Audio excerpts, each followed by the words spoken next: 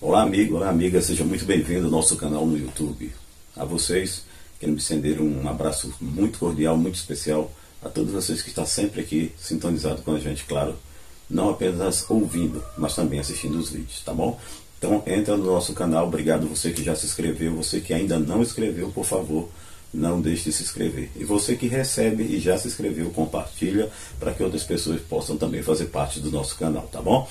Então na telinha aqui você clica no vamos inscrever, você entra no canal no YouTube, coloca o nome Eudes Alves, automaticamente aparece inscrever-se em vermelho, você clica na tela, também clica nos sininhos para receber as nossas notificações, tá bom? Que a paz do Senhor possa ser com você de uma maneira muito especial, a gente fica muito feliz em poder estar com você aqui. E eu não poderia começar... E a gente não poderia começar essa mensagem tão especial sem antes pedirmos permissão a Deus para abrirmos a sua palavra, né? Que o Divino Espírito Santo nos conduza. Vamos orar? Oremos ao Senhor, feche seus olhos onde você está e oremos. Grandioso Deus eterno Pai, Senhor Jesus, está no céu. Tua palavra se encontra aberta e é muito bom poder falar do teu amor e tua misericórdia. Obrigado porque hoje é o grande dia da salvação. Por isso nos concede a tua paz, a tua bênção e nos inspira sempre a falar do teu amor e tua misericórdia e que as pessoas compreendam que Jesus está voltando e que tu queres salvar cada um de nós. Nos dá a tua paz, um dia feliz, abençoa todas as famílias, abençoa o nosso país, o Brasil, e todos os nossos países e o mundo que necessita da tua graça, da tua misericórdia. Tem misericórdia e salva-nos por tudo isso. Nós te pedimos e já te agradecemos por Jesus. Amém. Claro, é muito bom começar dizendo para você que Jesus está voltando. É muito bom começar dizendo para você que, independente das nossas fés religiosas, entendemos que somos todos filhos de Deus e que Jesus irá voltar para nos buscar e viver a eternidade ao seu lado. E é muito bom poder compreender isso. Mas para compreendermos todo esse objetivo, tudo isso precisamos sempre estudar aqui na Palavra de Deus o que ela quer dizer para mim e para você, tá bom? Então eu gostaria que você abrisse o seu coração, a sua mente, e que deixasse que o Espírito Santo pudesse conduzi-lo a essas verdades que aqui se encontram, para que eu e você entendamos qual é a vontade de Deus para a nossa vida. Vamos lá? Vamos estudar? Então vamos dar continuidade ao nosso estudo, para que Deus possa realmente nos conduzir de uma maneira muito especial e nos preparar para a sua breve volta. Obrigado pela sua companhia, obrigado pelo seu carinho, é muito, muito bom mesmo estar com você. Bom, nossas cordiais saudações já foi feita, né?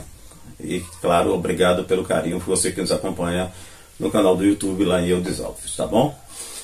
Nós estamos aqui para responder, inclusive, algumas perguntas que têm sido postadas e feitas constantemente para aqueles que nos visitam. A pergunta é: a besta viria antes ou depois da tribulação? As pessoas perguntam isso porque, pela profecia do último Papa, que Bento XVI, ele já renunciou cumprindo parte dela. Até porque a profecia dizia que o sétimo dura pouco tempo. E diante disso, Bento XVI foi o sétimo e durou realmente pouco tempo, menos de 8 anos. E agora nós vamos estudar, e essa expectativa de ver a besta do Apocalipse, as pessoas têm dúvida. Mas será então que o arrebatamento será secreto? Será agora ou a besta vai vir antes do arrebatamento? Nós desejamos responder exatamente essa pergunta para você por meio através do estudo de Apocalipse. E aqui na Bíblia, você pode abrir a Bíblia também para nos acompanhar aqui, claro. Eu estou em Apocalipse, no capítulo 17, e vou ler com você o verso 11. Aqui diz o seguinte: e a besta, que era e já não é ela também o oitavo. Este é o ponto em causa. A Bíblia está falando da besta, da vinda da besta. Agora, nós vamos continuar lendo o Apocalipse para ver o que vem depois. E aí diz o seguinte: nós teremos exatamente a resposta que você quer. Bom, para saber o que vem depois, é dado que a profecia se dá em ordem cronológica, pelo menos essa aqui. Basta seguir lendo. O verso 12 diz o seguinte: os 2 chifres que viste são 10 reis que ainda não receberam o reino, mas receberão como reino por 1 hora, juntamente com a besta. Então, só para você se contextualizar, o anjo está explicando a profecia para João. A visão, que no caso ela foi relatada aqui nos versos 1 até o 6, a partir do verso 7, o anjo está explicando. Então, houve aqui um diálogo, uma conversa. Aqui está João, aqui está o anjo. Então, o anjo acabou de dizer para João o seguinte: João, a besta é o 8º. E os 10 chifres que estavam lá na besta, eles são 10 reinos que ainda vão receber o poder lá na frente e eles vão reinar junto com a besta por um tempo. Aqui está escrito em 1 hora. Eu não vou me deter para que isso não é o caso, né? Isso é simbólico, isso é profético. O que importa é o que vem pela frente. Então vamos no verso 13:1, diz o seguinte: e este tem o mesmo intento desses 10 reinos: entregarão o seu poder e autoridade à besta, e estes combaterão contra o Cordeiro, e o Cordeiro os vencerá, porque é o Senhor dos senhores e o Rei dos reis. Vencerão os que estão com ele, chamados, eleitos e fiéis. No verso 14 está dizendo que eles combateram contra o Cordeiro. O Cordeiro quem é? Jesus Cristo, claro. O Cordeiro de Deus que tira o pecado do mundo. E se você pega e analisa isso aí, é dito que o Cordeiro os vencerá. Por quê? Porque o Cordeiro é o Senhor dos senhores e o Rei dos reis. Irmãos, essa palavra aqui é muito significativa para nos dar a resposta que precisamos. Sabe por quê? Porque em Apocalipse 19, quando ele retrata exatamente a vida de Jesus nas nuvens dos céus, fala que Jesus, ele tinha uma inscrição na sua veste.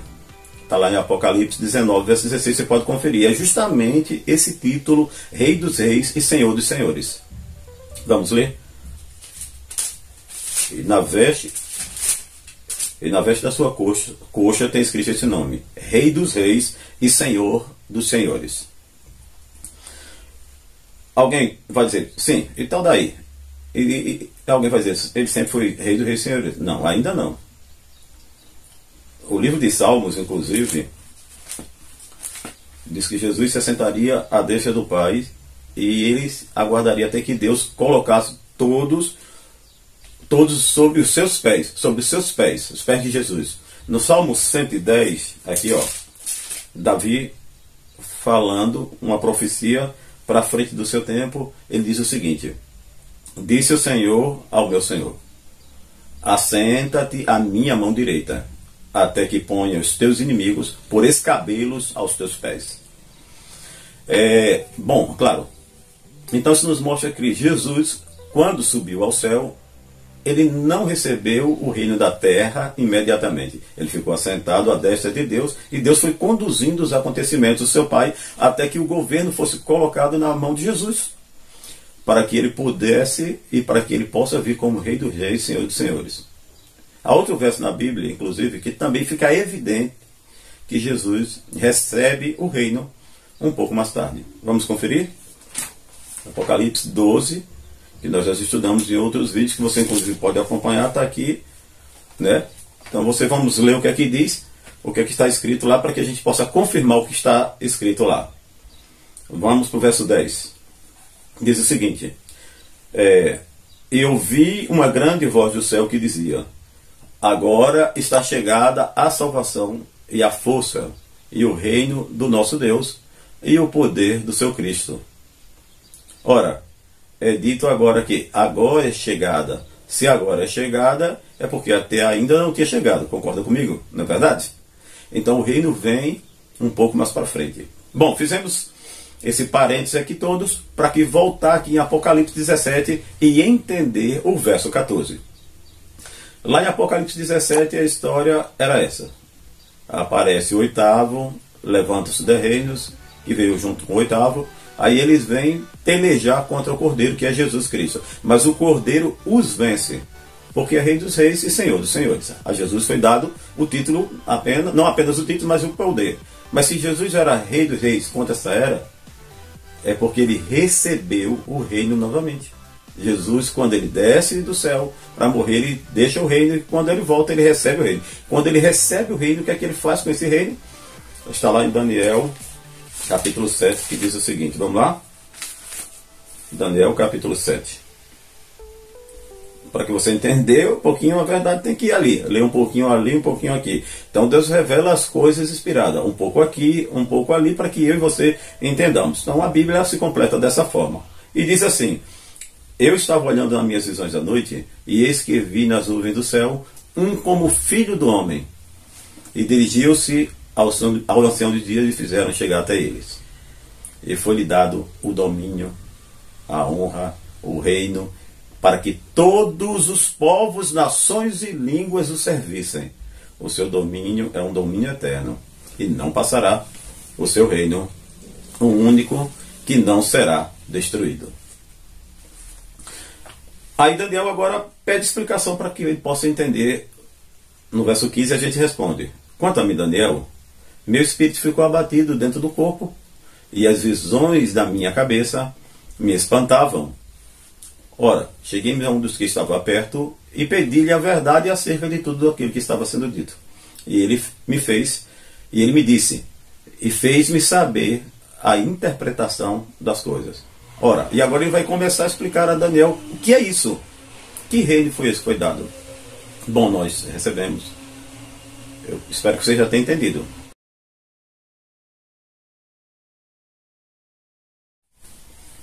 O Filho do Homem veio buscar e salvar o que se havia perdido. Então, o Filho do Homem, claro, é Jesus. Daniel, em visão, ele viu um momento em que Jesus se dirige até o Deus Pai, o ancião de dias, e ele recebe o reino de Deus. Chega um momento em que ele recebe o reino. E quando ele recebe o reino, o que acontece? Versos 18. Mas o santo do Altíssimo receberão o reino, e possuirão o reino para todo sempre, e de eternidade a eternidade. Ora, o verso 14 tinha dito que Jesus recebeu um reino eterno. E o que é que ele faz com esse reino? Ele divide. Ele divide como? Os santos do Altíssimo. Isso quer dizer, quando Jesus recebe o reino, ele dá o reino aos seus filhos. E agora, assim eu posso voltar para Apocalipse 17 e fechar o enlace. Jesus, ele recebe o reino. E aí ele luta contra a besta e os reis da terra, já tendo o título Rei dos Reis e Senhor dos Senhores. Obviamente, falar em lutar aqui, a expressão é quase um absurdo. O lutar é Jesus vem nas nuvens do céu e a besta e os reis da terra são vencidos. Só isso. A expressão é para que você entenda. Isso é descrito de uma maneira bem clara, inclusive no capítulo 19. Jesus, ele vem nas nuvens do céu quando? Quando a besta estiver no poder. E agora haverá uma luta entre ele e a besta. E quando ocorrerá o arrebatamento da igreja? Justamente quando Jesus vier nas nuvens do céu. Amados, Apocalipse, no capítulo 1, verso 7, diz o seguinte. Diz assim: eis que venho com as nuvens, e todo olho verá. Ele virá. E quando ele vir, ele vem como Rei dos Reis e Senhor dos Senhores, e vai arrebatar a sua igreja para viver a eternidade com ele. E agora a resposta já saiu naturalmente. Por quê? Ora, quem vem antes? A besta ou o arrebatamento? Apocalipse 17, no verso 11, fala da vinda da besta. E ela recebe o reino com os 10 chifres, os 10 reis. E depois eles, ali na sua coligação, vão atacar o cordeiro que vem como Rei dos Reis e Senhor dos Senhores. Ou seja, Jesus ali, ele agora se prepara, e o arrebatamento ele vai acontecer depois que a besta já assumiu com os reis da terra. No momento em que ela vai brigar contra o cordeiro. Aí o cordeiro vem nas nuvens dos céus e a igreja é arrebatada. Portanto, resposta: o arrebatamento vem antes ou depois da besta? Resposta bíblica, você já sabe, claro. Você acabou de estudar comigo e viu aqui. Agora, se nós aceitamos ou não, aí é uma questão nossa, pessoal. A revelação de Deus é essa. E essa não é a única prova, né? Existem outras e outras provas de que a besta vem antes do arrebatamento da igreja. Por exemplo, Apocalipse 17 se ocupa de nos explicar sobre a vida da besta. Apocalipse 18, ela retrata o que há de acontecer ao final, quando estiver para haver a batalha entre a besta e o cordeiro. É tanto que o título do conflito, aqui tem aquela Bíblia que se tem um comentário, A Queda de Babilônia, Lamentações sobre a Terra. É o título que está escrito. E finalmente, no título do capítulo 19, né, 19 do Apocalipse, fala assim: A Queda de Babilônia, Alegria e Triunfo nos Céus. E antes do verso 11, o título diz: Vitória de Cristo sobre a besta e sobre os falsos profetas. Ora, eu não considero esses comentários inspirados, mas nesse caso, eles servem para nos dar uma ideia de que realmente está escrito em cada capítulo. E já sugere a ordem dos eventos que irão acontecer. Capítulo 17, capítulo 18 e 19. Queda dos exércitos da besta. Queda de Babilônia. E ainda no capítulo 19, entendeu? Porém, a partir do verso 11, a Bíblia relata a segunda vinda de Cristo de forma simbólica. E ela diz que ele vem justamente para pelejar contra a besta e contra os falsos profetas. Vamos acompanhar junto. Diz assim, Apocalipse 19, 11. E vi o céu aberto, e eis um cavalo branco. O que estava sentado sobre ele chama-se Fiel e Verdadeiro, julga e peleja com justiça. E os seus olhos eram como chamas de fogo, e sobre a sua cabeça havia muitos diademas. E tinha um nome escrito que ninguém sabia, senão ele mesmo. E estava vestido de uma veste salpicada de sangue. O nome pela qual se chama é a Palavra de Deus. E seguindo os exércitos que há no céu, os cavalos brancos e vestidos de linhos finos, brancos e puro. E da sua boca saiu uma aguda espada para ferir com ela as nações. Ele as regerá com vara de ferro, e ele mesmo é o que pisa o lagarto dos vinhos, do furor e da ira do Deus Todo-Poderoso. E na veste e na sua coxa tem escrito esse nome: Rei dos Reis e Senhor dos Senhores. A cena que nós vamos ver é a vinda daquele que se chama a Palavra, ou Verbo de Deus, de acordo com João 1. Ele tem na sua coxa escrito Rei dos Reis e Senhor dos Senhores. O segue os exércitos que há no céu, ou seja, os anjos estão vindo em milhares e milhares com Jesus. Então no verso 19 nos relata: E vi a besta e os reis da terra e os seus exércitos reunidos para fazerem guerra àquele que está sentado sobre o cavalo e ao seu exército. Ou seja, meu querido, aqui o cenário está formado: Jesus vindo nas nuvens do céu para arrebatar a igreja, e quem está aguardando na terra? A besta e os seus aliados. Obviamente, portanto, a besta veio à terra, ou subiu, antes do aparecimento de Cristo e antes, claro, do arrebatamento da sua igreja. Porque a Bíblia ensina que é justamente quando Cristo aparecer que ele vai mandar os seus anjos, os que vêm com ele, para arrebatar os seus escolhidos. Vamos ver lá o que diz Mateus no capítulo 24. Vamos conferir? Mateus 24. Evangelho de Mateus 24 diz o seguinte, a partir do verso 29. E logo depois da aflição daqueles dias, algumas Bíblias dizem, a tribulação, a nossa diz aqui a aflição, o sol escurecerá, a lua não dará sua luz, as estrelas cairão do céu e as potências do céu serão abaladas. Então aparecerá no céu o sinal do Filho do Homem, e todas as tribos da terra se lamentarão e verão o Filho do Homem vindo sobre as nuvens do céu com poder e grande glória. Ora, amigos, e ele enviará os seus anjos com rijo clamor de trombetas, os quais juntarão os seus escolhidos desde os quatro ventos, de uma a outra extremidade dos céus. Depois da aflição, da tribulação, haverão esses sinais no sol, na lua, e claro, o sinal do Filho do Homem. E Jesus ele começa a aparecer nas nuvens do céu, ele e os seus milhares e milhares de anjos. Então seus anjos arrebatam a sua igreja, ou seja, é quando Jesus aparecer nas nuvens do céu que a igreja será arrebatada. E quando será isso? Depois que a besta aparecer. Então, amigo, irmãos, espero que o tema tenha ficado de forma clara e transparente para você, que de alguma maneira esse vídeo possa ter sido de auxílio. Se você deseja mais, nós aconselhamos sempre que você continue o nosso canal. eu aconselho você também que busque o conhecimento através da palavra de Deus. A Bíblia, ela tem tudo para trazer como uma advertência final para a tua vida.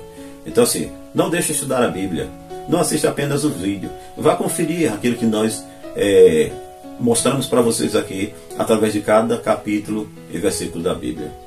Deixe que Deus fale ao seu coração, deixe que Deus alcance a sua vida, porque não adianta simplesmente você se alimentar daquilo que nós estamos reproduzindo para você, sem que na realidade você não busque o conteúdo essencial, que é a palavra de Deus. Então que Deus realmente te conduza, que Deus te abençoe. E eu gostaria de te dar um abraço, né? Mesmo estando daqui, um abraço todo especial, dizendo muito obrigado pelo seu carinho, pela sua audiência, dizendo que Deus te ama e Ele quer te salvar. E eu finalizo dizendo que a voz é nossa, mas a palavra é do nosso Deus. Que Deus te abençoe. Até o próximo vídeo, se Deus quiser.